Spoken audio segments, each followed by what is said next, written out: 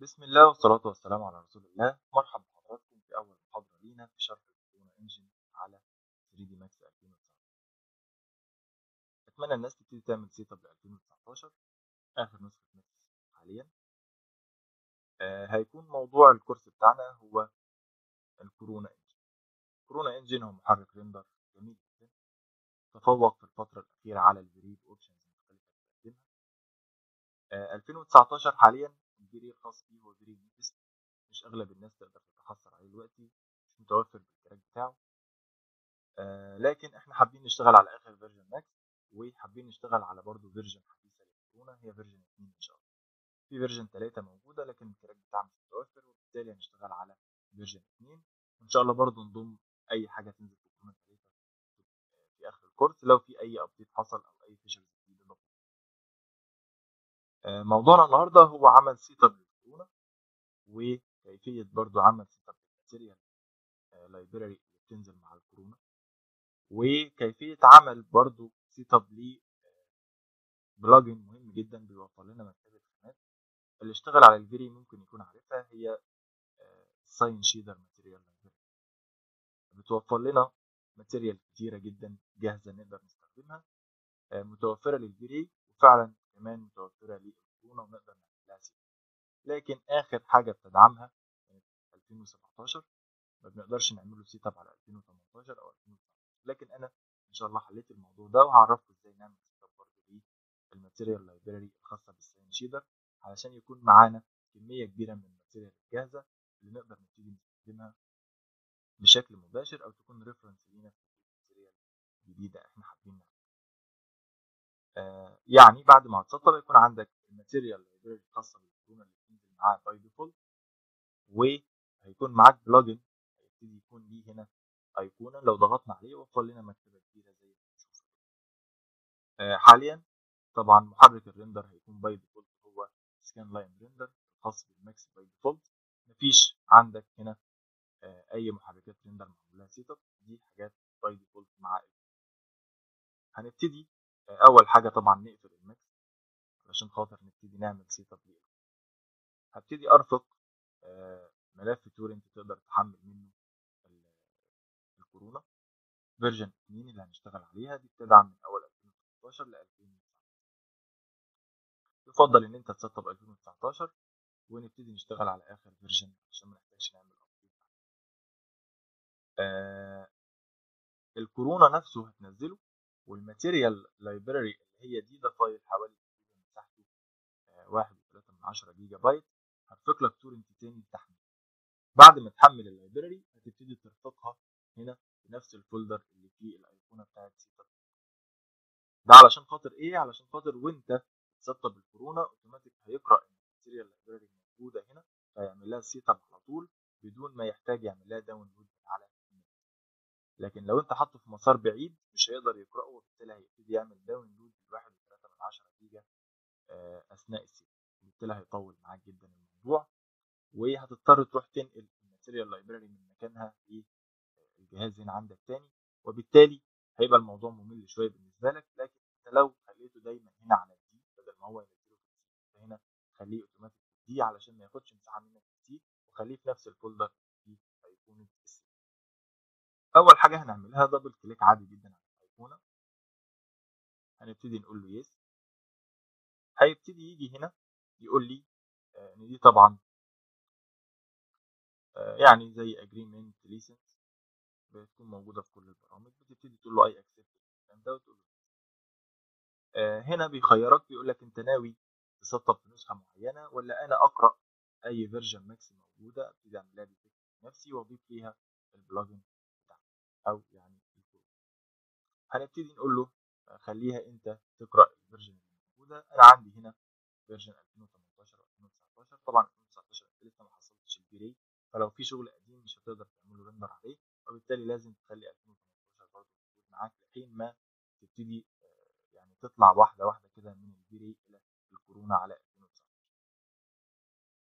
بعد كده هنبتدي نعمل انستول. هيبتدي هو يقول لك ان انت موجود عندك 2018 و2019، وانا بالتالي عملت لهم فعلا تسطيب ضمن.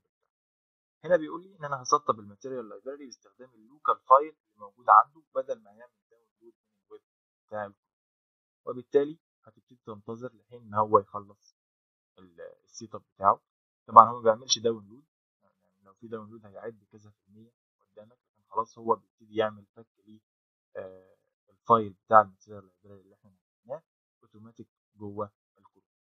هننتظر لحين ما يكتمل السيت اب ونبتدي نستكمل ان شاء الله.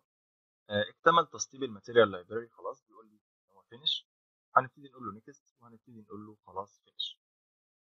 بعد كده هنبتدي ندخل على مرحله الباتش علشان خاطر نسخه الكورونا تكون نسخه دايما معانا مش نسخه ثابته، ونقدر ان احنا نستخدم كل الامكانيات الخاصه بالكورونا بدون ما يكون ليها ليميت بيعملوه طبعا علشان خاطر الناس تجرب البرنامج، فبيبقى فيه ليميتيشن في بعض الحاجات، ده احنا مش عايزينه طبعا معانا، فبنبتدي نكرر.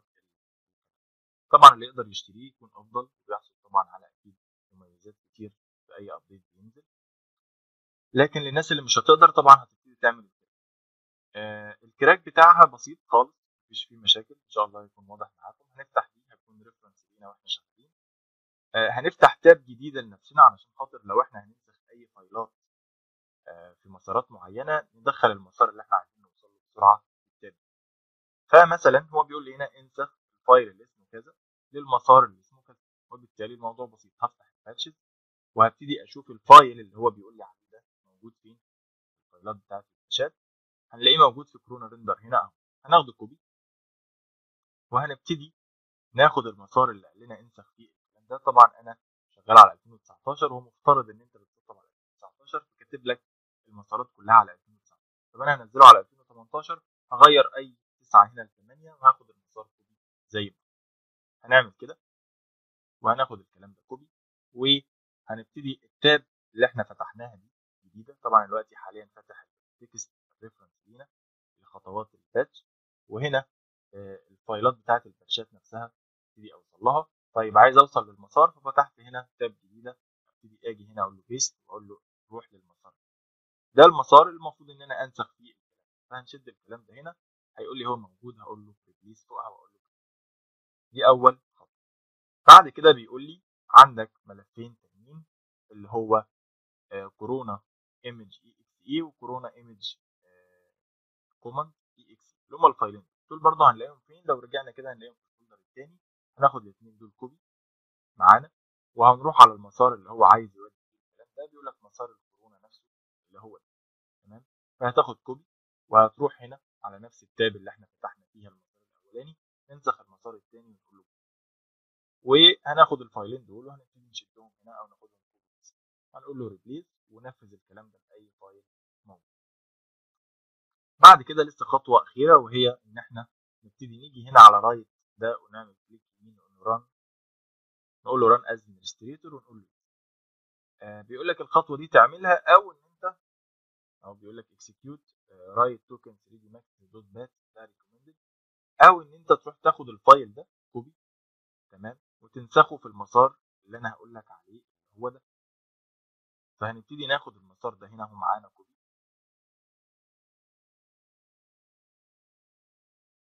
تمام بالشكل ده اهو كوبي.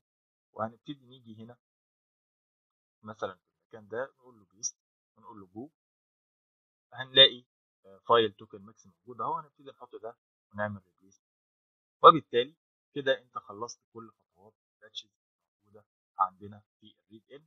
وبالتالي كده لو فتحنا الماكس يبقى الكورونا بتاعنا سطب ان شاء الله. كده الماكس فتح معانا اهو. اول ما بيفتح معانا بيجيب لنا هنا تول بار خاص بالكورونا. طبعا دي كلها اوامر خاصه بالكورونا، ككويك اكسس تقدر توصل بسرعه للاوامر من خلاله بدل ما تدخل في القوائم. طبعا انت بمجرد ما بتسطب الكورونا بينزل في اضاءات كورونا لايت، بينزل فيه برضو الكاميرات. عندك كاميرات خاصه بالكورونا في الستاندرد. بتنزل طبعا ماتيريال خاصه بالكورونا، لكن قبل طبعا ما تقدر تشوف الماتيريال لازم تكون مفعل الكورونا كمحرك ريندر خاص بالماكس.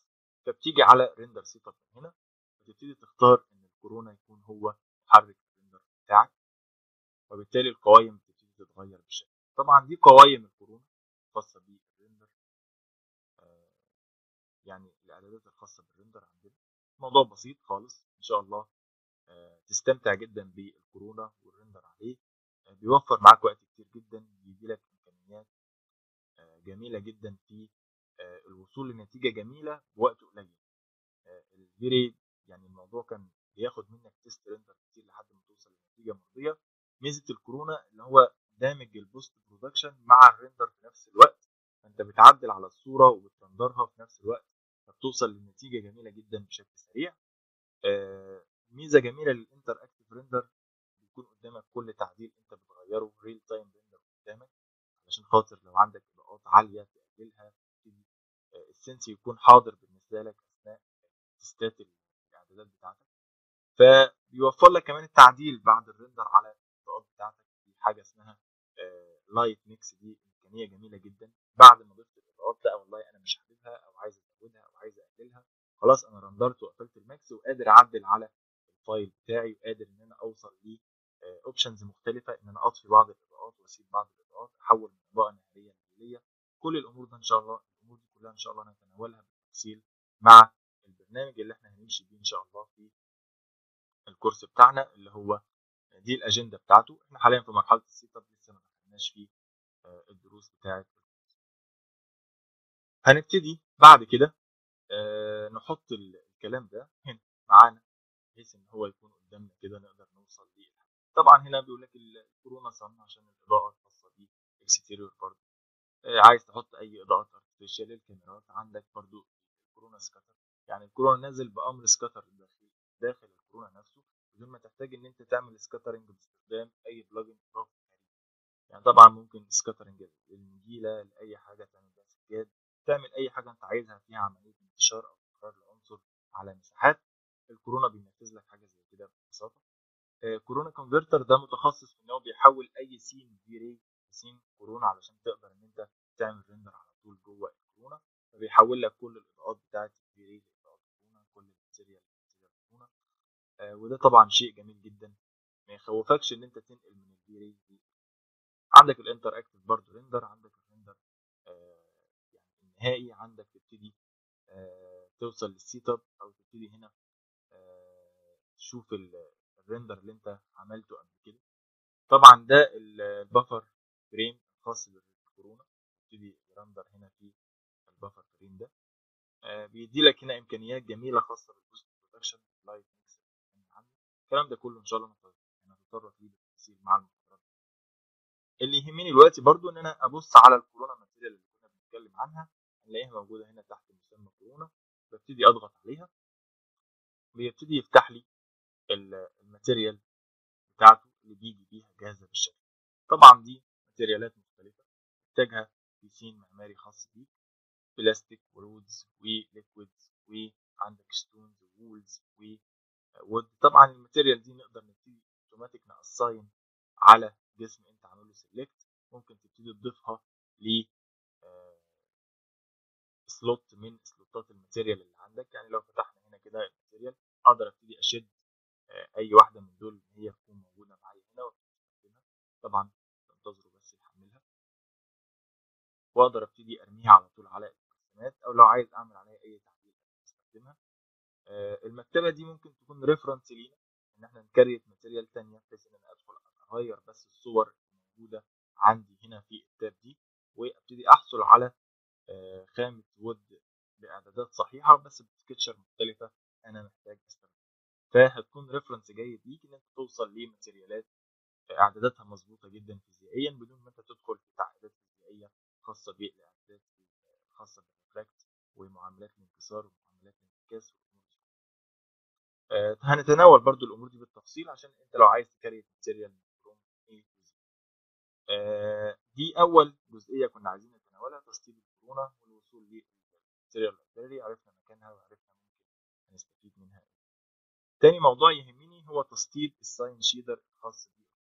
هرفق لكم ان شاء الله ملفات خاصه بالكورونا. كورونا اول فايل اللي هو كورونا ريندر 2 ده هتسطبه، هتنزل منه كورونا والماتيريال لايبراري بتاعتك.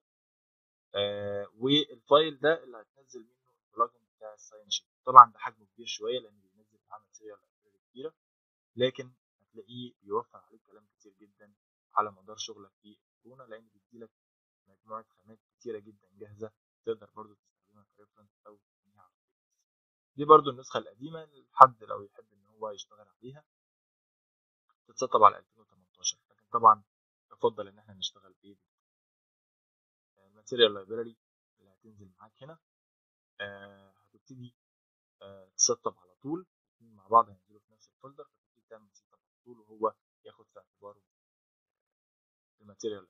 طبعا انا عامل لها بالفعل داونلود اهي، لو فتحنا الكلام ده هيوصلنا للفولدر اللي احنا كنا نشتغل منه، هنفك الضغط بتاع الكلام ده وهنحط الماتيريال جوه الفولدر.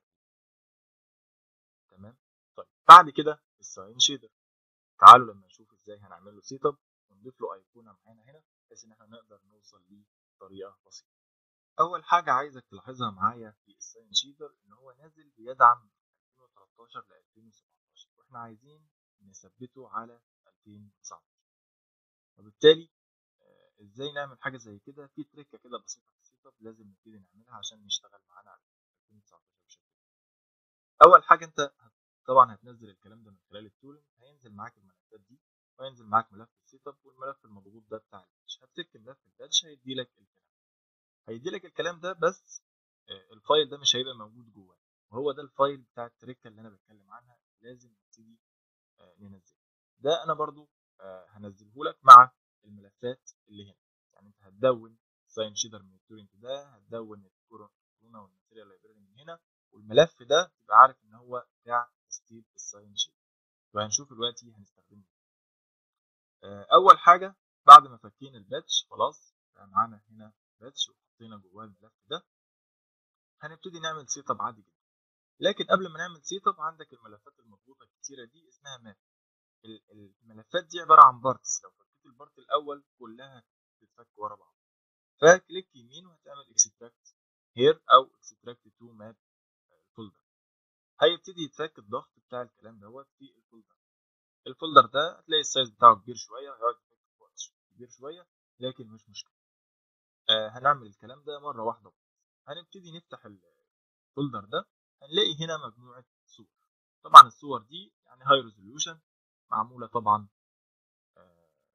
يعني معموله من شركه يعني منزله الكلام ده، وبالتالي يعني مهتمه جدا بنقاء الصور المستخدمه في الخامات دي. الساين شيدر هو بلجن بيدي لك مجموعه خامات جاهزه تقدر ان انت تبتدي تشتغل بيها على طول، او تاخدها ريفرنس ليك انك تكريت ماتيريال ثانيه باستخدام صور مختلفه من عندك. وبالتالي استخدامه هيسهل عليك كلام كتير جدا، هيوفر لك ماتيريالات كتيره جدا ان انا ابتدي اشتغل بيها بشكل مباشر بدل ما كريت الخامات من البدايه. طيب عايزين نفهم نقطه، ما ينفعش الماكس ينزل ماتيريال فيها صور من نفسه. الصور دي عباره عن شيء خارجي دخل جوه الماكس، فالماكس تعرف عليه فابتدى ان هو ينزل الخامه بالتكتشرز المستخدمه فيه. لو الماكس ما قدرش ان هو يوصل للصوره هيطلع لك ان انا فاقد بعض الخامات ويقول لي على المسار بتاعها فين علشان اروح اخدها منه وابتدي ارميها جوه الماكس فتظهر معاك في الماتيريال بتاعتك. وبالتالي البلجن هينزل لي مجموعه خامات فيها صور. طب الصور دي فين؟ هو منزلها لك هنا في الفولدر ده، والصور دي لازم الماكس يكون متعرف عليها وليه اكسس عليها ان هو يقدر يدخل يجيب اي صوره منهم، علشان خاطر الخامه دي مستخدم فيها الصوره دي والصوره دي والصوره دي والصوره دي، فالثلاثه اربعه دول هاخدهم مع بعض ابتدي احطهم جوه الخامه دي، لان الشركه وهي بتكريت الخامه استخدمت مثلا في الماربل الخامه دي. تمام. طيب ده مثلا الديفيوز، طب مستخدمه خامه ثانيه في مثلا البامب بتاعها او في الديسبليس بتاعها او في الديفيوز او في مثلا الريفلكت او الريفراكت، اي حاجه، اي خامه مستخدمه جوه الماتيريال دي لازم البرنامج يكون ليه اكسس عليه. وبالتالي هنبتدي نفك الماتيريال دي، تمام، او الصور دي المستخدمه جوه الماتيريالات، نبتدي نفكها علشان خاطر نبتدي ناخد المسار ده معانا ونعرفه للماكس زي ما هنشوف دلوقتي. طيب قبل ما نعمل طبعا الخطوه دي هنبتدي نعمل سيت اب، فنعمل كليك يمين ران از ادمنستريتور علشان البلجن يبتدي يتركب على تسطيب البلجن حاجه وتعريف الماتيريال المستخدمه حاجه. دي ليها خطوات ودي ليها خطوات. هنبتدي اول نعمل سيت اب للكلام ده، فهنبتدي نعمل ران از ادمنستريتور زي ما قلنا، في انتظار ان هو يأكسبت الكلام ده.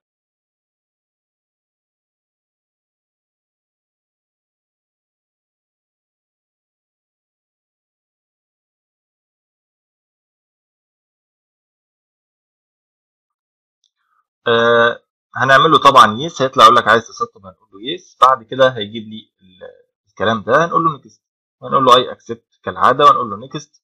وهيبتدي يقول لي انت عايز تسطب في مين في دول. طبعا من 2013 ل 2017 مش هنختار حاجه منهم، احنا هنبتدي نعمل نيكست على طول، لان احنا اصلا مش هنسطب على اي نسخه منهم. وهنقول له انستول، وهنسيبه لحد ما يخلص السيت اب بتاعه. بعد كده هنقول له فينش. بيخلص معانا السيت اب بالشكل ده، ونبتدي نقول له فينش. بعد كده بنبتدي ندخل على مرحله الباتش. هنبتدي نيجي هنا، لو قرات الريد مي دي هيقول لك ان انت كل اللي هتعمله ان انت هتستبدل الملفات دي في المسار. طبعا المسار ده هو عامل لك هنا اكس مكان النسخه بتاعتك، احنا هنحط مكانها 9. وهنبتدي ناخد المسار ده كده كوبي، وهنبتدي نشوف اي تاب عندنا كده مثلا نحط فيها المسار ده عشان نوصل له هنا. ونبتدي ناخد الملف ده. الملف ده في الغالب انت هتلاقيه اسمه 2017، تمام؟ فانت هتبتدي تغيره كرينيم، وتقوم كاتب مكان السبعة 9، وتقوم اخد الملف ده كوبي، وتقوم رايح للمسار اللي احنا لسه فاتحينه اللي هو ده، وتقوم عامل له بيست، تمام؟ بالشكل كده احنا عملنا موضوع الباتش الخاص بالساين شيت. في بقى تريكه بسيطه، اللي هو الملف اللي بقول لك عليه ده هتبتدي تفكه، وهتبتدي تيجي هنا هتلاقي كومبلكس ترينل ده، هتبتدي تاخد منه الفايل ده كوبي اللي هو بتاع 2019 ده كوبي، وهتبتدي تروح على المسار بتاع الماكس 2019. هتلاقي عندك فولدر هنا اسمه بلاج اللي هو ده، هتبتدي تحط الملف ده هنا، تمام؟ بس كده خلاص. التريكه دي هي اللي هتخليه يشتغل معاك على 2019 بشكل سريع، ومش هيقابلك اي مشاكل ان شاء الله. خلاص احنا كده عملنا كل خطوات السيت اب الخاصه بالساين شيت. هنبتدي بعد كده نفتح الماكس ونشوف ممكن نبتدي نعمل له ايقونه ازاي على الانترفيس الخاصه بالمستخدم، علشان خاطر يكون ليه كويك اكسس ليك وانت بتفتح البلجن. فتح معانا الماكس طبعا. هنا التول بار الخاص بالكورونا اللي احنا عملنا له دي هنا موجود بالشكل، والماتيريال لايبراري الخاصه بالكورونا اللي تعرضنا ليها هنا. طيب ايه بقى موضوع الساين شيدر والايقونه بتاعته؟ موضوع بسيط. هنبتدي نيجي من كاستمايز، هنقول له كاستمايز يوزر انترفيس. اي بلجن بتستخدمه او اي سكريبت دايما بيكون ليه ايقونه عايز تطلعها على الديسك توب عشان تقدر تستخدمه بشكل سريع. توصل لحاجه زي كده من خلال ان انت بتكستمايز في اليوزر انترفيس بتواجه. بنيجي على تول بار، بنيجي على اول كوماند، وننزل تحت. ايه هنلاقي عندنا حاجه اسمها مش عارف يعني مسمى ايه بالظبط، ولكن هو ده، تمام؟ ساير ستوديو، او يعني حسب السبيلنج بتاعها او النطق، مش مشكله. المهم نوصل للايقونه دي، هي دي الايقونه اللي احنا عايزينها علشان نحطها على آه على واجهه البرنامج بالشكل ده علشان يكون ليها كده. فتقدر تبتدي تحطها على طول، او تقدر تفتح هنا تول بار جديد وتبتدي مثلا تسميه ساين شيدر لو انت عايز. هيدي لك بار جديد او تول بار جديد اهو، تقدر تبتدي تضيف دي، تمام؟ عشان ده يبقى بار زي البار بتاع الكورونا كده، تقدر برضه تعمله في اي مكان انت شايفه مناسب. فهو هنا مثلا بالشكل ده، تمام؟ وهنقفل الكلام ده. بس قبل ما اقفل بقول له سيف علشان التعديل اللي حصل في اليوزر انترفيس ده يتسيب. المره الجايه الاقي الايقونه موجوده لما اقفل. هنبتدي نقفل خلاص الكلام ده. ولو جيت تضغط انت دلوقتي على الكلام ده هيفتح لي البلجن. قبل ما افتح البلجن لازم اعرف الماتيريال اللي اتكلمنا عنها للماكس بقى. خلاص احنا فتحنا الماكس، والماكس البلجن هيشتغل، بس الماكس مش عارف الماتيريال، الصور المستخدمه في الماتيريال اللي جوه البلجن.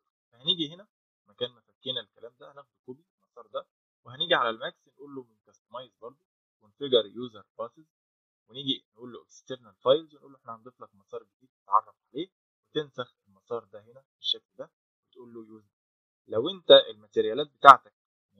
كلها جوه الفولدر وفي فولدرز تانية. يعني معلومه ليك، لو في مثلا عندك فولدر ده جواه مجموعه صور تانية، وعندك فولدر كمان تاني جواه صور تانية، وعايز تعرفهم كلهم مره واحده بدل ما تقعد تدخل على كل فولدر لوحده، وانت بتعرف هنا موفر لك حاجه اسمها سب باسز. سب باسز يعني يدور جوه الكيان الكبير ده على كيانات تانية صغيره جوه، يبتدي برضو يتعرف على الصور اللي جوه. تمام. بضرب لك بس مثل عشان لو انت تعرف خامات في اي حاجه تانية او في اي موضوع تاني. خلاص انت بتبتدي تضيف الكلام ده وتقول يوز بس، خد في اعتبارك والله المسار ده والخامات. تمام. بس خلاص ابتدي اقول له اوكي على الكلام ده. ولو فتحنا دلوقتي الكلام ده هيبتدي يفتح لي ساين شيدر كورونا ماتيريال بريسيت بدون اي مشاكل في الشكل. طبعا زي ما انت شايف لو انت بدات تقول له من هنا اعمل لي اكسباند، جوه كل تاب من دي مجموعه من السيكتورز تقدر تبتدي توصل بيها لمجموعه خامات بالشكل ده. تقدر تكبر البرزنتيشن بتاعك اللي انت عايز. طبعا دي ماتيريال كلها جاهزه معموله باعدادات صحيحه. مثلا السيراميك، عندك الكريت، عندك الستونز، عندك البلاستيك، عندك الجلاسز لو انت عايز تبتدي تشتغل على خامات جلاس. تمام. عندك وود، عندك فابريك، عندك حاجات كتيره جدا، الكاربنت والبلاستيك والباركيه والليكويد والموزايك. كل الحاجات دي تقدر تبتدي تستخدمها بشكل مباشر على طول. طبعا زي ما انت شايف دي بعض الخامات تقدر تستخدمها، تقدر تعدل على الصور بتاعتها، تحتفظ باعداداتها الفيزيائيه. كل الكلام ده هيكون متاح بالنسبه لك ان انت تستخدمه على طول. تمام. فمثلا ده جرانيت موفر لك خامات، لو نزلت ماربل مثلا. فلو فتحت هنا الماتيريال وعايز تبتدي تشوف ممكن نستخدم الكلام ده ازاي، هتيجي مثلا على الخامه دي هتقول له اساين ماتيريال، فهو موفر لك تو اوبشن. هحط الماتيريال اللي بتيجي عليها اساين على الاكتيف سلوت اللي هنا، ولا هحطها على اوبجكت موجوده في السيستم. دي حاجه برضو بترجع. تمام. وهنبتدي نقول له اساين ماتيريال بالشكل ده، هيبتدي ينقل الخامه اوتوماتيك على السلوت اللي هنا على طول. طبعا هي خامه كورونا ماتيريال وتبدا تستخدمها. ليه ماتيريال جايه كده؟ لانك انت لازم تعرف الكورونا على انه محرك ريندر عشان يقدر يقرا الخامه بتاعتك. بالفعل خلاص الخامه قراها اهو. لو عملنا دبل كليك نقدر نشوف الخامه بتاعتنا ونقدر نستخدمها. تمام. ده كان موضوعنا النهارده، ازاي نسطب كورونا على الماك، ازاي نسطب الساين شيدر على 2019 بدون اي مشاكل. اشكركم، وان شاء الله نلتقي في درس قادم نتكلم فيه عن مميزات الكورونا. نبتدي نشوف زي مثلا مقدمه سريعه عن الكورونا والفيجرز اللي بيقدمها لي وبعض الامكانيات الجميله اللي فيه. ان شاء الله القاكم على خير واشكركم. سلام عليكم.